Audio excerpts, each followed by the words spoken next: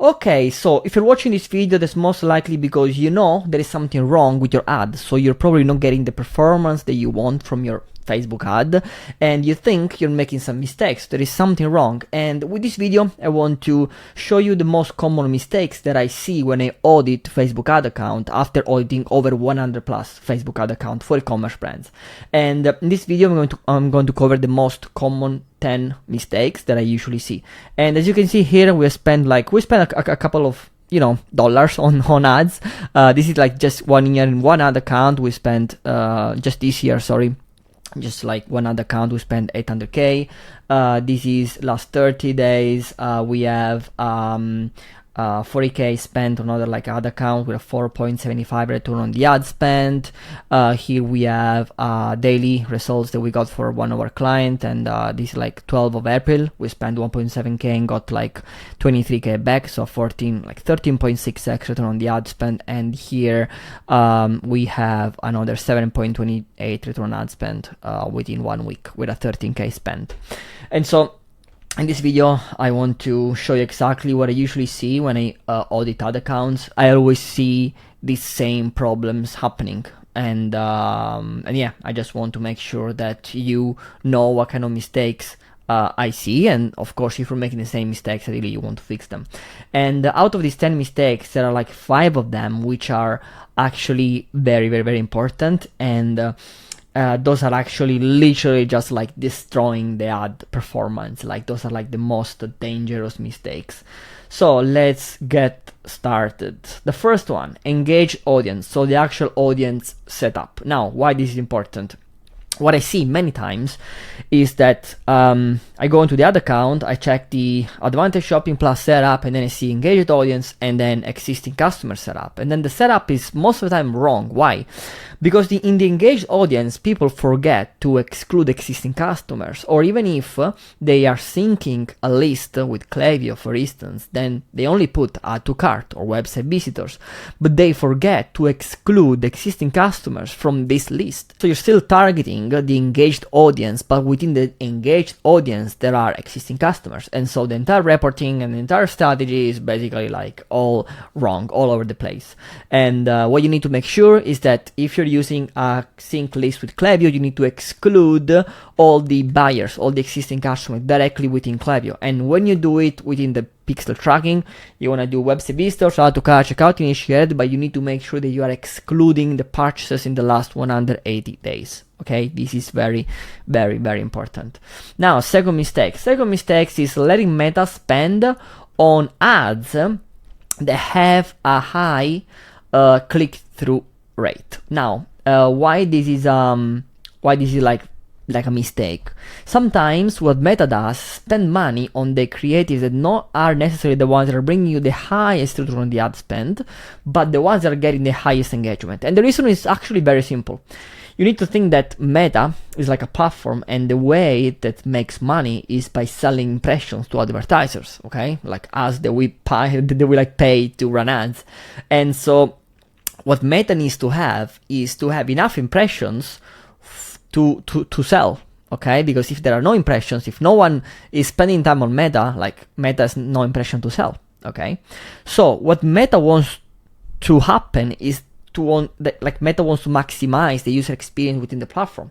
So Meta wants people to engage with the content, and that's why sometimes Meta tends to spend more money on creatives that are getting a high click-through rate and engagement, rather than creatives that are bringing the best performance.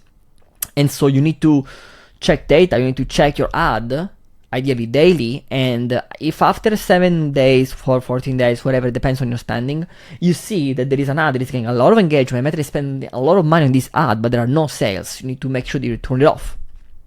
Of course, you don't have to force spending on some ads that you think are working or that you think could work, to be more precise, but this is actually very important. And then also sometimes I see people that are putting like discount ad together with other ad within the same ad set, and then what is going to happen is that Meta, of course, is going to spend more money on the discount, but that's not necessarily the ad that is bringing you the highest return on ad spend and the best performance. But the reason why Meta is spending budget on this ad with a discount is because this ad is getting more clicks, so the click-through rate is high, and so Meta thinks that this ad is the best one. Okay, next one is the post ID. This is a huge mistake. Like, I don't know how many times I saw this guy. This is like crazy. So this is very important. Okay, you spend a lot of money, okay, to collect engagement, to collect impressions and everything, and then when you want to scale a content, you don't use a post ID. So the engagement starts from scratch, and you're basically losing a lot of money. So when you duplicate winners from testing into scaling, if you're using this kind of structure, you need to make sure that you're using the post ID, okay? So in this way, you will duplicate the ID of the ad, and so the engagement will stay the same between the campaign, between the ad that is running within the testing campaign that you're supposed not to turn off, by the way, okay? And when you move it into the winning one, the winning campaign, you need to use the post ID, so the engagement like is sum up, because the two ads are running simultaneously into different campaigns. Why? Because more engagement means high click-through rate, Meta gives you lower CPM, people trust more your brand, and so you get a higher return on ad spend. Okay, so how to use post ID? Very simple. You go to ad manager, this is your ad, you click here, and then you want to do Facebook post with comment, you click here again, and then it will bring you to the post. Then here, in the link, the URL, you have the post ID. You want to copy this ID here, okay, and you want to go, when you create a new ad, you click use existing post, and then you want to paste the ID here, and then Meta will automatically collect the actual post, and then you want to change the placement, because when you do the post is going to be, let's say, only in square format, and then you want to also add the story for like the vertical ad for reel and stories placement. Next one, scaling fake winners. Oh, this is so common. I see like people usually see like an ad with like 4 or 5 purchases and like a 4 or 5x return on the ad spend, and they think it's a winner, and they don't even check the attribution setting, by the way. So maybe like those are all like 1-day view, which most likely could be even like fake conversions. And the spend sometimes is even too little to judge, and so what they do, they think it's a scaling, like it's a winning content, so they copy and paste it into the scaling campaign, and this is how it looks like. So this is an example. Now here, as you can see, this ad here, okay, this one got 1 purchase and at 17.68, so it's like 67 return on ad spend. So, and this one here on the top is getting the most spent, 13 purchases and a 4.35 return on the ad spend. So this is a winner, not this one, because Meta is spending more money on this one, and if Meta is spending more money in this one, it means that the potential reach of this ad is much higher, and the scalability of the ad is much higher. That means that this ad will probably last much longer than this one. This one, maybe you can try, like this is what usually happen. If you force the spend on this ad here for the scaling because you think it's a winner, maybe it's gonna work for like 1 week, maybe 2-3 days, and after like 500 like 800 1k spent, the performance will drop, and this is not a winner, because the winner needs to be consistency, like it needs to bring consistency in terms of purchases. Next one, forcing Meta to spend budget on single creative. Now, if Meta doesn't spend budget on one creative, it means that it's not gonna perform. If you create single ad set with single ad to allocate to more budget because you think it works, then you're just wasting money. Why? Many reasons actually. Could be the potential reach, the wrong message, and all those things. Sometimes what I see is that people think that one ad is like, it should work. They think, oh, this is gonna work for sure, I want to spend money specifically on this one because I think this is the right message and everything. But in reality, it's not up to you. You don't have to decide. Like, you need to let Meta decide based on the performance. So yeah, this is actually important. This one goes back to the point like above about the engagement. Now sometimes Meta spend more budget on the high CTR creatives. That's why you need to pay attention to this one, but that doesn't mean that you need to launch the ad one by one. You want single ad set, and then you wanna like force the spending on some ads that Meta sees they're not gonna work, okay? Based on data, of course. The 6th is attribution window when organic is big. So most, like a lot of brands, they have like a very good organic, and then they see like 6, 7, 8, 12 return on the ad spend, and that's usually happen because there is a good organic. So they have like a lot of followers, and they use 500k this one is, and so they use 7-day click, 1-day view attribution. So the ROAS is inflated because there is going to be a lot of organic orders that will be attributed to that 1 day view. So in this case, you want to use 7-day click. The seventh one is always go broad. This is the example. So as you can see, this is a competitor list, okay, that we were targeting, 18x return on the ad spend, 96 purchases. This one he brought 167 purchases, 4.27 return on the ad spend. Probably this one, new competitor list, is not going to be scalable as much as the broad targeting, okay, but that doesn't mean that we shouldn't leverage it, because we can still explore, like we can still leverage this kind of, you know, setup to maximize the return on the ad spend. When performance drop, you want to turn them off. If you're scaling, of course, you do want to use this like approach on scaling, but feel free to test some interest, like some audience setup with different interests and everything. Now it's a bit different because you can still switch between Advantage Shopping Plus audience, which is just a suggestion, and normal audience setup, which Meta says they're limiting your reach, all those things, but that's okay if performance are good. Okay, so you should always give it a try. And number 8 is the also it's a big one. Usually I see that 50% of the budget is on learning phase, and you can see this from the account overview. As you can see here, 100% spent in the learning phase. This is a very recent audit that I did, and as you can see, basically what this is saying is that your account is not optimized at all, so you will never be able to scale. Scaling happen when you have enough ad out from the learning phase, and so you get the consistency in performance. Because when you scale, you don't want to see like up and downs. You want to see consistency. Like you don't want to see a days of 8 return on ad spend, a days of 0.6, all those things. You want to see a consistent return on ad spend, which is like 2, 3, 4, okay, every day. And the way that you fix this is by having more budget spent in campaign which are active, so not in the learning phase. Number 9, test random creatives. Now this is so common. I see like sometimes I ask, okay, why did you test this? And then the answer that I get is, oh, because I think this will work.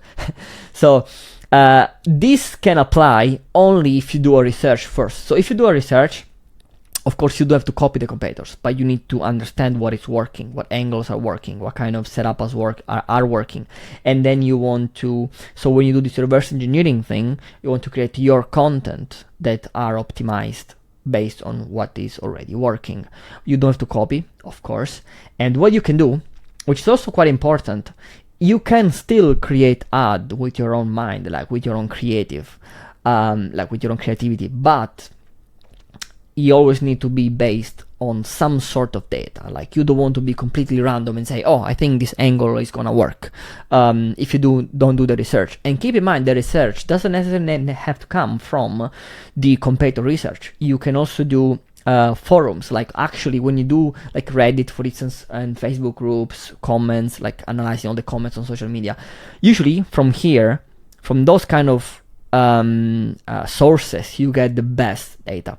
And you can craft new angle, you can bring into the market new angles compared to the one that the creators, your competitors are running.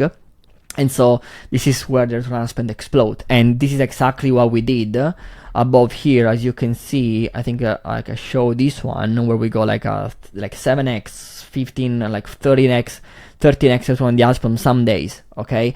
And this is all happening because we create ads that are unique in the market, coming from not necessarily competitor research, but the forum research, okay? Reviews, all those things.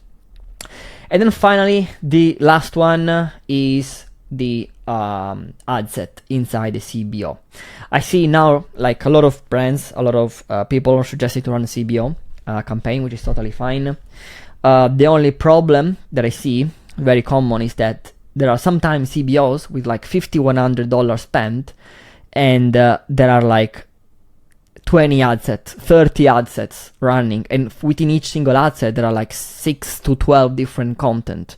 That means that there are like 140 ads for like 100 a day, and this is completely like no sense, because Meta doesn't have enough time to spend, like enough budget to spend on the creatives within the right time frame to exit the learning phase. And so you will always stay in the learning phase, and you will never understand whether a content is a winner or not a winner.